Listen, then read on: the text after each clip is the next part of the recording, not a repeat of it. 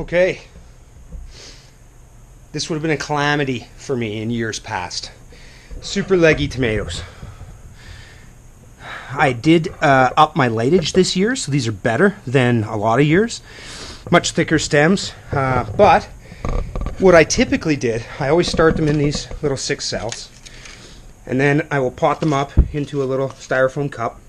Then they go into the red solo cup, and then a lot of times I'll put them in the 1 gallon prior to getting them out into the ground. So what I was doing before was I would basically have the whole plug, and I would be trying to bury the plug, which means I obviously need a taller and taller container every time. Well, like, look, I'm going to run out of room. I don't have that many of those. So every year it was a challenge with having very, very leggy tomatoes. But I follow a channel called Neals Homestead, and I was watching Janette pot up her tomatoes, and it blew my mind. I didn't know why I never thought of that before. Check it out. So all the little hairs on the stem of a tomato, if that gets buried, those become roots. I knew that. What I didn't know is that I could kind of bend it and really sink it in. I'm going to show you what I learned from Janette. She uses a chopstick, so I grabbed a chopstick. So these are from CB and Renee. These are the Amanda Orange. So we'll just grab one here real quick. So again, what I would do in the past is I would try and plant the entire plug. And now I'm just going to loosen up this soil a little bit. I'm going to leave basically just the root. And I will move you over here. Okay, so just for example, so what I saw her do is she just pushes down in the middle and pushes the root in. The root might be a little more close to the surface, but that doesn't really matter. It's gravity's going to work. It'll end up growing down and go towards the moisture. But there you go. Took a very leggy tomato and turned it into not leggy. All right, we'll call it a draw.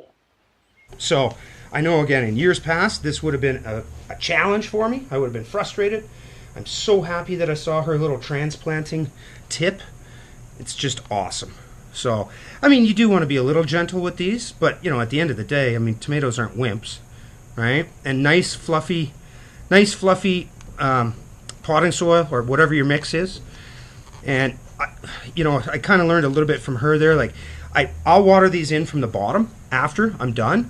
I don't want these wet because it's going to be harder for me to push those in. So, there you go. Never have leggy tomatoes again. Awesome. Thank you, Janette. Totally appreciate it. All right, guys. The reason I do this is fairly simple. I mean, I have such a short growing season. I need to get these things started so that they have a decent root system, so that they have a chance of producing.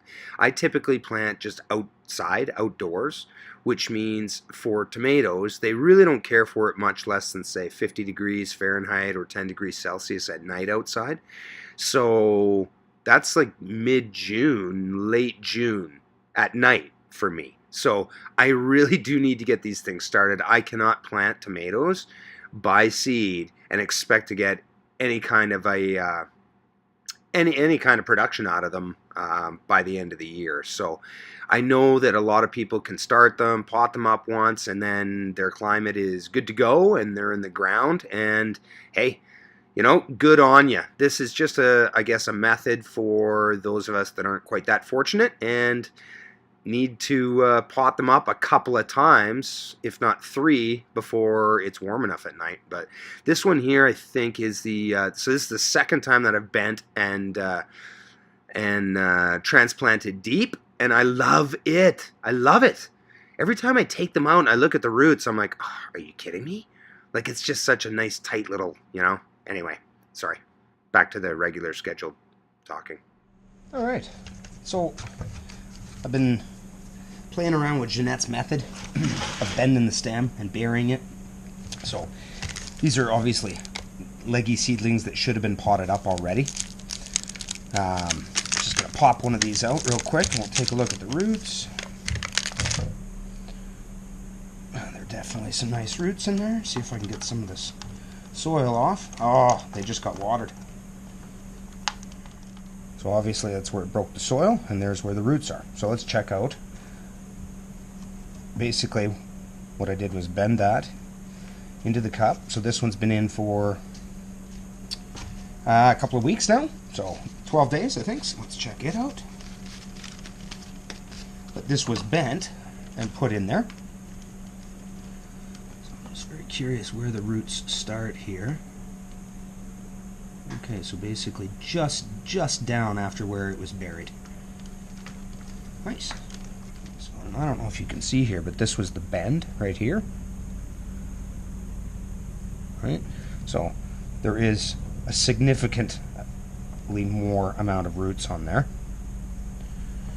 And so then from that size, it goes up to the red solo cup. So this was done again 12 days ago, so I'm very curious to see how much roots we have and how did the bending process work. So it was buried up to about there and it was bent again. So the roots are growing all the way up. So that is going to be a really nice strong plant once it goes in the ground. And when it grows in the ground, I'll probably bury it up to about there. Now what is that? 7 inches maybe. So plant it nice and deep, and that will have a fantastic start to the year. So thank you very much, Janette, for your stem bending lesson. I very much appreciate it. Thanks. Woo.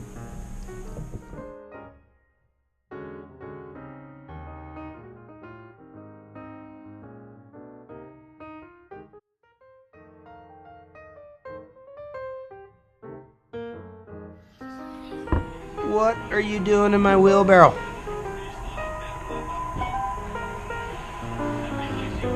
Even my cat likes gardening.